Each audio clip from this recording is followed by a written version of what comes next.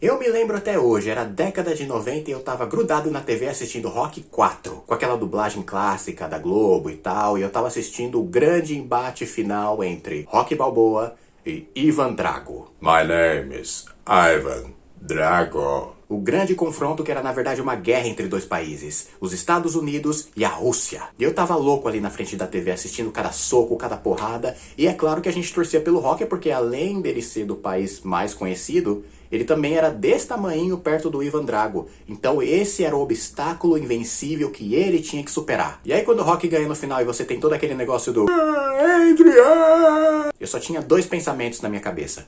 Primeiro, eu queria brigar de lutinha com qualquer amiguinho da escola no outro dia. E segundo, empolgante. Olá, meu nome é Gustavo, mas pode me chamar de Gus. E hoje eu decidi falar de filmes de esportes e por que as narrativas deles são tão empolgantes. Aproveitando que a gente está na Copa do Mundo e toda vez que a gente tem um evento grande esportivo desse jeito, todo mundo veste a camisa, entra lá pra torcida, torce pelo seu país, ou pelo seu time, ou pelo seu atleta favorito. Os nervos ficam à flor da pele, a rivalidade aumenta. Parece que a gente tá junto ali com os esportistas, com os atletas, seja na Copa do Mundo, ou seja nas Olimpíadas. Mas e nos filmes? Por que esse evento traz um tipo de emoção parecida e as mesmas sensações como se estivéssemos vendo a vida real, sendo que estamos vendo uma narrativa que já é roteirizada e tem um final definido? Deixa eu contar uma história engraçada. Na década de 90, o meu filme favorito de esporte era Jamaica Abaixo de Zero. Eu assisti o filme todos os dias, literalmente todos os dias. Tipo, eu tinha o VHS lá, então dava depois do almoço ou de tarde, quando eu já tinha voltado da escola, eu falava, vou colocar um filme. Por que não Jamaica Abaixo de Zero? E aí no outro dia eu fazia a mesma coisa. Eu pegava e falava, vou assistir um filme de novo, Jamaica Abaixo de Zero. E aí no outro dia, acho que eu vou ver Jamaica Abaixo de Zero de novo. E eu fazia isso com alguns filmes. Era esse filme, tinha também a trilogia original do Star Wars, é claro. E acho que Toy Story foi um filme que eu vi bastante VHS todos os dias, assim, da semana. Mas anyway, hoje em dia quando eu penso por que eu gostava tanto daquele filme, por que eu queria tanto ver ele repetidamente, eu lembro que a história dele trazia algo muito humano. Pra quem não conhece, Jamaica Abaixo de Zero mostra a história do primeiro time jamaicano de trenó que entrou nas Olimpíadas. Trenó é aquele esporte que 4 caras entram naquela coisa que parece uma bota gigante com patins embaixo e ele sai por um túnel de gelo e tem que ganhar uma velocidade gigante até fazer uma pontuação pelo tempo. Mas o que me fascinava no filme é que além de ser um filme engraçadíssimo, com personagens extremamente carismáticos, uma atuação incrível do John Candy, que fazia o treinador do time, você tinha a história desses 4 jamaicanos que foram para as Olimpíadas desde o comecinho de quando eles tiveram a ideia de fazer esse time de trenó, até eles arrecadarem dinheiro para fazer a viagem até as Olimpíadas e pagar a inscrição da competição. Você tem uma grande quebra e também um grande desafio para esses personagens ao saírem desse país que é tão quente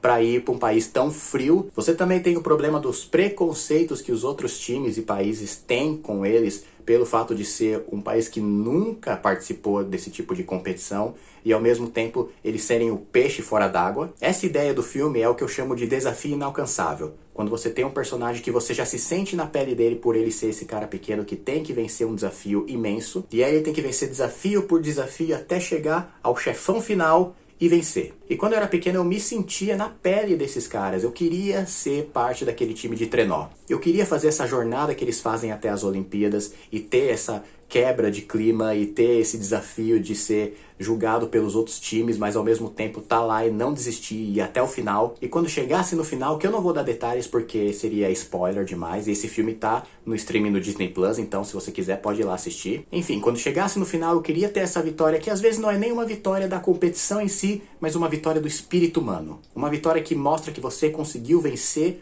todos os desafios e chegou no final sem desistir. E Jamaica Abaixo de Zero é um desses tipos de filmes que tocam exatamente nessa emoção. Outro filme da minha infância era o Super Patos, em inglês The Mighty Ducks. E esse também falava de um esporte que eu nunca nem cheguei perto de ver na minha vida ao vivo, mas era o hóquei de gelo. E a história é basicamente a mesma, só que em outro contexto. Aqui você tem a história do personagem Gordon Bombay, interpretado pelo Emílio Esteves, que foi um jogador profissional de hóquei no passado, mas se machucou. E aí ele vai trabalhar em alguns empregos normais até que ele é chamado para ser treinador de um time de hóquei infantil. E esse time é composto de um grupo de crianças das mais carismáticas possíveis. Mas de novo, no começo eles são péssimos e aí eles vão melhorando a cada nova etapa da competição com os outros times de hóquei. Uma das questões que fazia eu amar esse filme era a identificação com a idade das crianças, porque eu também era uma. Porque você tinha personagens icônicos como o grande goleiro Goldberg, o Averman, que era tipo o nerd do time, o Charlie, que é o personagem principal, e depois esse ator até ficou bem famoso na carreira dele, que é o Joshua Jackson, a Connie, que é a única menina do grupo, e no segundo filme fica ainda melhor, porque entra novos personagens que vão adicionando a esse carisma desse time. Então você tem um menino que é cowboy, você tem a Julie the Cat, que também é uma goleira muito boa do time, e nesse segundo filme eles entram na competição mundial, ou seja, agora eles vão defender o país, os Estados Unidos,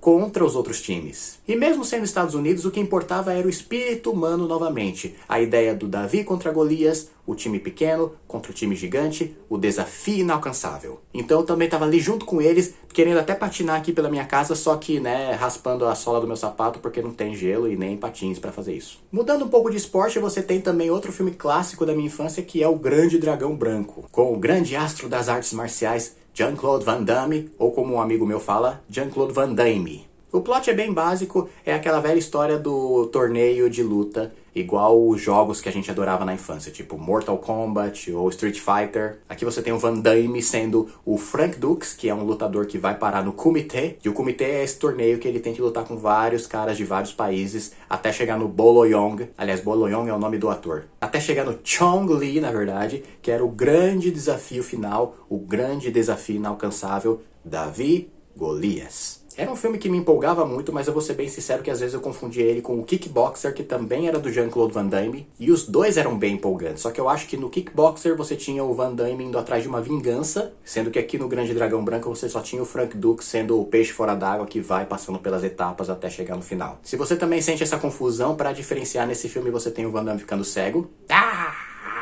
E você tem também ele fazendo o espacatão. E tem muitos outros exemplos de filmes que seguem essa lógica desses três exemplos que eu acabei de falar. Eu não poderia gravar esse vídeo sem falar do Karate Kid também, a trilogia Karate Kid, que hoje aí se desenvolveu e virou o Cobra Kai. Mas tem muitos outros que você provavelmente está lembrando agora e está pensando, é verdade, todos eles seguem essa mesma lógica. E qual é a lógica? O conceito do underdog. E o que é o underdog? O underdog é o azarão. Aquele que ninguém dá nada pra ele. Aquele que chega na competição e todo mundo fala, ih, esse aí é só pra completar lá o grupo de competidores. Ou seja, o underdog é aquele que ninguém espera nada, mas com a sua força de vontade, perseverança e espírito forte, ele sempre vence todos os desafios e chega no final e mostra o seu valor. E aí a gente não pode deixar de falar do grande exemplo de filmes desse gênero, que eu falei no início, que é o Rocky. O Rocky sempre é o underdog, aquele que ninguém espera nada, que ninguém dá nada pra ele, mas ele sempre vence os desafios. Não só os desafios da luta em si que ele tem que lutar, mas da vida, porque a vida bate nele, mas ele continua seguindo em pé. It ain't about how hard you get hit. It's about how hard you get hit and keep moving forward and keep going forward. That's how winning is done. Pra quem se lembra desse discurso é do Rocky 6, e me desculpe, mas é um dos maiores discursos do cinema. Porque é exatamente isso, não importa qual desafio se apresenta na vida do Rocky, ele está sempre ali perseverando, continuando e sempre vencendo os desafios com a sua força de vontade e seu espírito. Eu acho que vale a pena um dia fazer um vídeo só sobre a franquia do Rocky. Ótima ideia. Mas o que eu queria falar com o conceito do underdog é exatamente isso. Que a narrativa desses filmes já tem uma vantagem muito grande. A vantagem é que por serem personagens que estão em um momento baixo da vida, mas de repente se deparam com um desafio que é maior que a vida, e mesmo em frente à adversidade eles nunca desistem, esse é um conceito que todo mundo pode se identificar. Portanto, Rocky, Super Patos, Karate Kid, O Grande Dragão Branco, Jamaica Abaixo de Zero, você já está com os personagens desde o início. Por já se identificar com as dificuldades da vida desse personagem, você vai agarrar a mão dele desde o zero. Porque a vida é assim, todo dia a gente tem que matar um dragão, a gente tem que vencer um desafio que às vezes parece maior que a vida, e a gente não desiste. A gente quer chegar no desafio inalcançável e mostrar a força do nosso espírito. E não necessariamente só em filmes de esporte esse tipo de conceito funciona. No meu livro Anjo de Fogo e Aço, o personagem principal é o Razor, que é um demônio que também é mal visto por todos os outros demônios à sua volta. Eu vou deixar os detalhes para você descobrir quando for ler o livro, mas a ideia também é essa, que por ser um underdog, ele também tem essa noção de precisar mostrar a força do espírito dele. E não adianta, pessoal, qualquer filme ou história real que mostre a força do espírito humano